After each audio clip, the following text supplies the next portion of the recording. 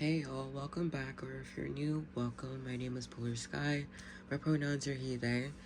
I am doing a reading for y'all for this full moon in Cancer, and keep in mind that the full moon energy lasts 3 days before the full moon, and also 3 days after the full moon. The energy is typically present. With the full moon being in Cancer, there's a lot of emphasis on the emotionality of our internal world.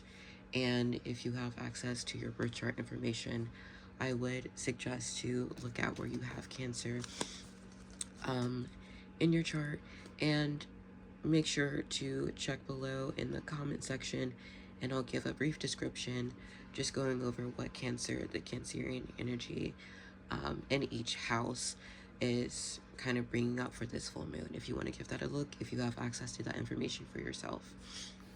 But I'm just going to go ahead and jump into the reading. I am using my Herbiary Oracle deck, which is one of my favorite decks, and I have the mini version because I also have the book, which I will be choosing a page from one of these cards to give either a ritual or some writing prompts for y'all to do during this full moon. But ironically,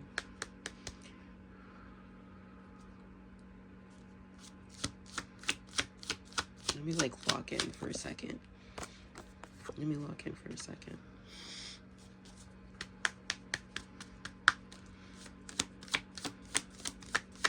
I'll finish my thought in just a second. I don't want to take all that. I just want to take one more, actually. Thank you. Okay. And then I am going to do one card from the Tattoo Tarot deck to center this piece, center this reading out for y'all. Oops. I'm dropping stuff. You may find yourself being more clumsy than usual. There we go, rounding it out. Knight of Cups at the bottom. I don't know where to put it. But ironically, the Herbiary Oracle deck was a gift from an ex-girlfriend 6 years ago. Oh my god, really old. But I always get compliments on this deck, and I'm like, yeah, that is probably one of the only positive things that I was left with in that relationship, because it was a lot of lessons. That relationship was a lot of lessons.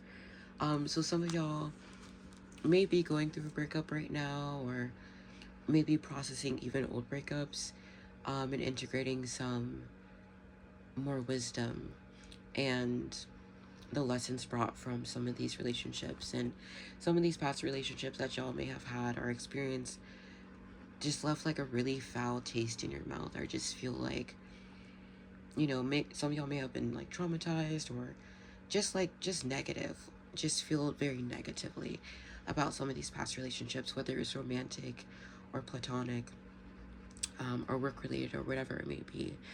But I feel like this full moon in Cancer is really wanting to, if you're feeling the heaviness and the weight and the grief of that, again, especially right now, and it's because an opportunity is being provided to you to see the bigger picture of what you can take from it. And that's not to say that terrible things happen for good reasons. That is not necessarily a narrative that I want to give energy to. But I do want to emphasize the importance of reclaiming your own power after situations that impact you negatively, through creating lessons or taking lessons, and creating positive things that you can take from it. Again, not to say that terrible things happen for a reason. I don't like that kind of dogma. Honestly, it's not really conducive to my healing journey, or I feel like a lot of people's healing journeys. But there are things that you can use and transform into positive things for you in the future, even though you may have experienced negative experiences from it. Okay, and sorry y'all, my mucus is like, the weather's been up and down quite a lot. So the cards that came out are We Are One and Remembrance, for the Herbier Oracle deck. And with these two cards, it feels like a reconnection to self, a deeper reconnection to self, your root self, right? There's a remembrance. It feels, and every time I see this card, it reminds me of pinky promises, or like tying a knot or something. But it's like maybe there was a promise you gave to yourself, your inner child, your past self. Maybe you're receiving some new opportunities for things, and you're like, if I got this chance again, I told myself I would do this, so this is your chance to take it. And things along those lines, it feels like just getting back to the roots of yourself and making sure you're keeping promises to yourself. Also, because it's still the new year, or the new year is beginning while this full moon is happening. So you may be kind of in deep contemplation about what will make you the most fulfilled and feel like your life is the most fruitful this year. How can you make it the most fruitful for yourself this year?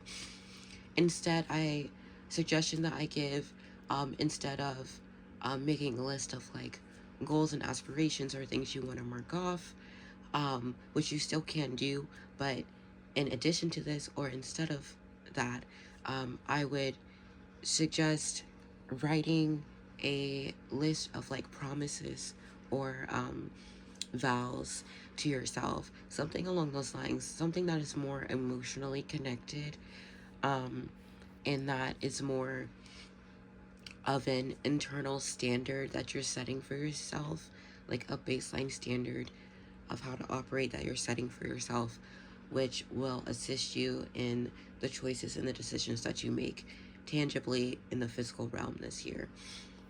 So yeah, making some promises to yourself, like a list of promises or a list of vows, or even getting yourself a promise ring or something like that.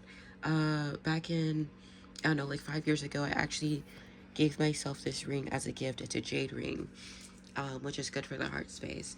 So just some type of like tangible act of reconnection and remembrance and promise to yourself, I feel like is going to be really important for this full moon, especially as you may be reflecting on maybe promises that were broken, from past relationships, or even promises that you may have given yourself that you broke, and you are needing to work through the forgiveness of that. Working through the forgiveness of that, you can create new promises for yourself.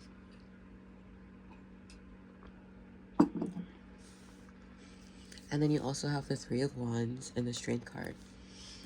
And then y'all didn't see, but the bottom of the deck is the Knight of Cups as well. So just there's a lot of emotional energy. And I'm gonna read some of the words from the book for the Knight of Cups and the Three of Wands. So this one is for the Knight of Cups. We have,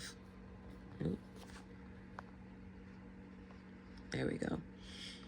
Advancing, arriving, coming on board, reception, reconciliation,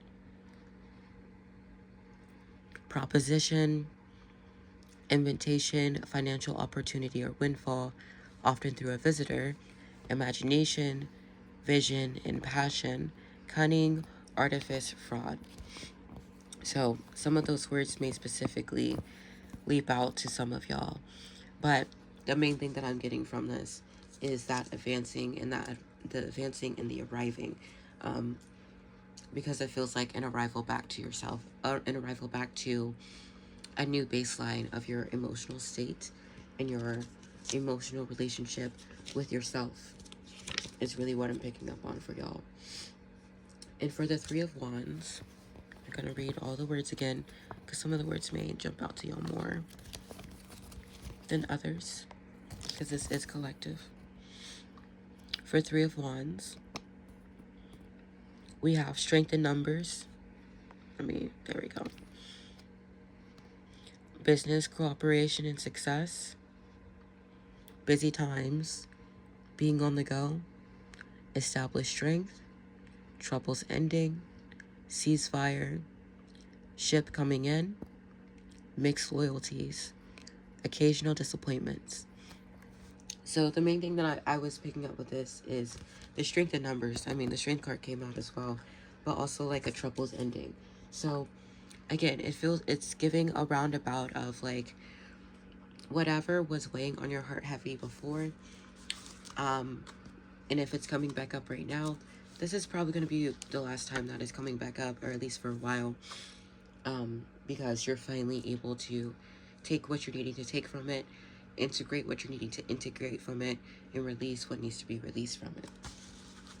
Okay, and I'm gonna go ahead and pull, actually I'm gonna do a random card for the rituals. Okay, so I turned the page between 81, Between Dreams, Mugwort. And it says, Mugwort lives in the space between deep rest and waking. She's the daughter of moonlight and protector of those who travel the dream time. Mugwort crawls around your mind, whispering your dreams into words and images that you can clutch as you climb levels of consciousness and return to your waking self.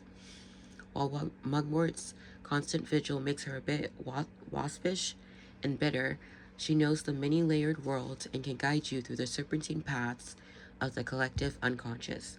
Call on her to guide you through dreams or journey work. If Mugwort appears to you, she's calling you to dip into these subtler realms. So yeah, definitely some shadow work going on. And okay, well, I guess the only ritual, because it's talking about remembering dreams and stuff, and I've been having a lot of weird dreams recently. I would say, so the homework I'm going to give to y'all is to write down your dreams, especially these 3 days while the full moon is like still at its like most potent energy. But I really want to say over this next week, write down as many dreams as you can remember. It is revealing to you things, like it's revealing to you gems. Yeah, it's revealing to you gems. And the question for the reflection, as you're reflecting on these different dreams, is can you remember dreams that felt different from your usual dreams? So that's going to be kind of the reflection as you're kind of dissecting and looking back on how the dreams that you've written down over the next week. So that is your reading. Happy full moon, y'all.